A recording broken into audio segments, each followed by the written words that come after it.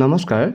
আজি ভাৰতৰ ইতিহাসৰ ২ নম্বৰটো খণ্ডৰ প্ৰথম প্ৰশ্নটো হৈছে পুৰণি কালত দিল্লীক কি নামেৰে জনা গৈছিল? ইয়াত 4টা অপশ্যন দিয়া আছে। এ দিয়া আছে Swargapur, B Pataliputra, C Indraprastha, D Ayodhya. এই 4টাৰ ভিতৰত শুদ্ধ উত্তৰ কোনটো হ'ব? ইয়াত শুদ্ধ উত্তৰটো হ'ব অপশ্যন চি ইন্দ্ৰপ্ৰস্থ।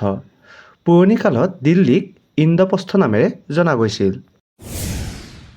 সত্যমেৱ জয়তে শব্দটো তলৰ কোনখন উপনিষদৰ পৰা লোৱা হৈছে? ইয়াত 4টা অপশ্যন দিয়া আছে।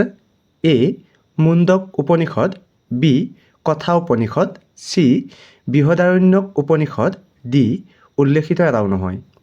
এই 4টাৰ ভিতৰত শুদ্ধ উত্তৰ কোনটো হ'ব? ইয়াত শুদ্ধ উত্তৰটো হ'ব অপশ্যন এ মুণ্ডক উপনিষদ। সত্যমেৱ জয়তে শব্দটো মুণ্ডক উপনিষদৰ পৰা লোৱা হৈছে। জৈন ধৰ্মৰ 24তম তীৰ্থংকৰৰ নাম কি? ইয়াত 4টা অপশ্যন দিয়া আছে।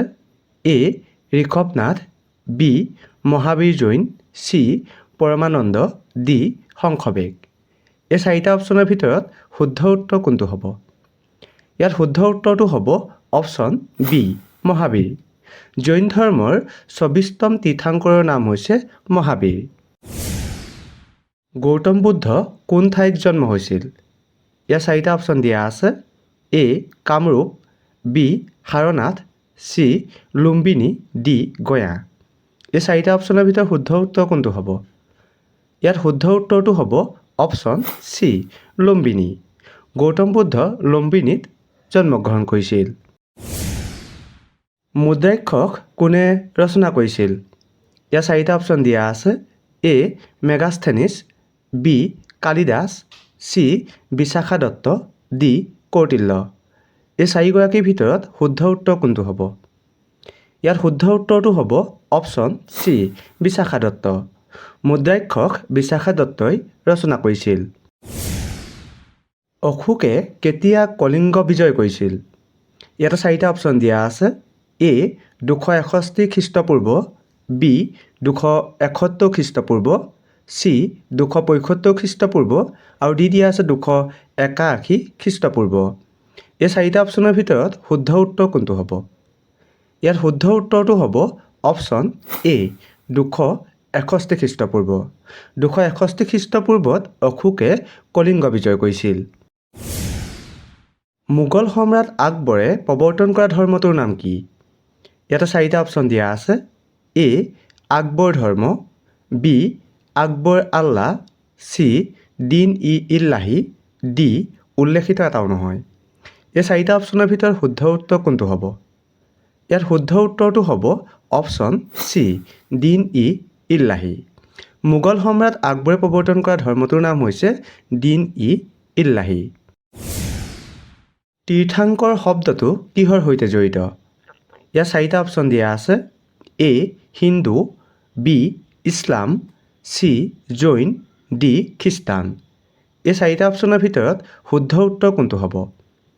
ইয়াত শুদ্ধ উত্তৰটো হ'ব অপশ্যন চি জৈন ধৰ্ম।